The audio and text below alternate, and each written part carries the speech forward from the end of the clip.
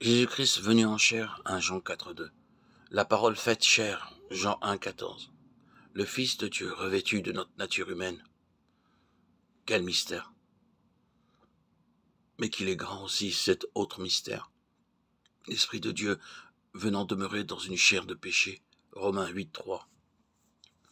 Heureux ceux à qui Dieu a voulu faire connaître quelles sont les richesses de la gloire de ce mystère.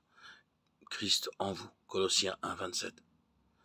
Notre âme est portée à regarder en dedans, à ses pensées, à ses sentiments, pour chercher là le fondement de sa paix, l'assurance de posséder la grâce de Dieu. Mais ceci ne vaut rien, ce n'est pas de la foi. C'est encore détourner ses regards de Christ pour les porter sur soi-même. Il y a un autre regard en dedans qui est au contraire un excellent exercice de foi.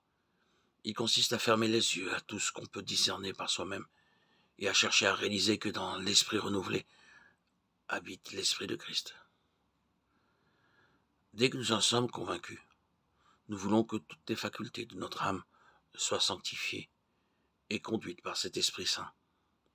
Tant que nous ne croyons pas à ce sanctuaire extérieur, ni à celui qui l'habite et qui renouvelle chaque jour sa présence en nous, il n'est pas possible de demander avec foi au Père que son Esprit agisse puissamment en nous.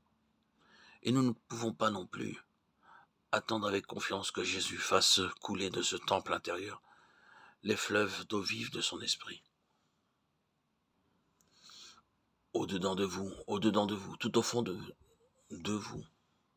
Voilà ce que nous a promis le Seigneur. Grâce à Dieu, son Saint-Esprit demeure au-dedans de moi. Quand on entre dans un temple, on éprouve un sentiment de respect et de vénération. Que ce soit là aussi ce que j'éprouve à la pensée que le Saint-Esprit fait de moi son temple.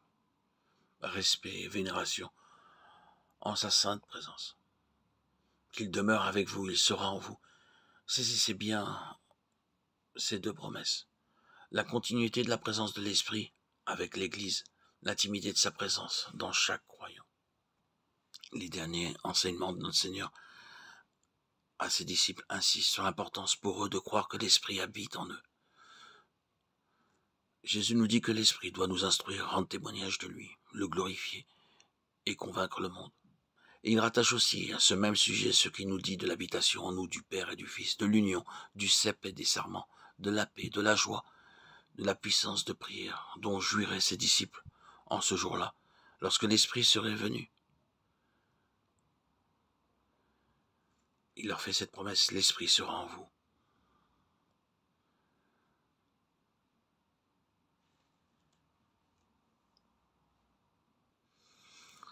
Sa présence viendra conduire et bénir celui qui sera devenu sa demeure.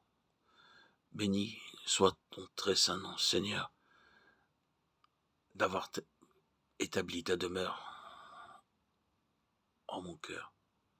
Alléluia. Avec un saint respect, je me prosterne devant toi, je t'adore. Je te remercie d'avoir permis de recevoir cette grâce.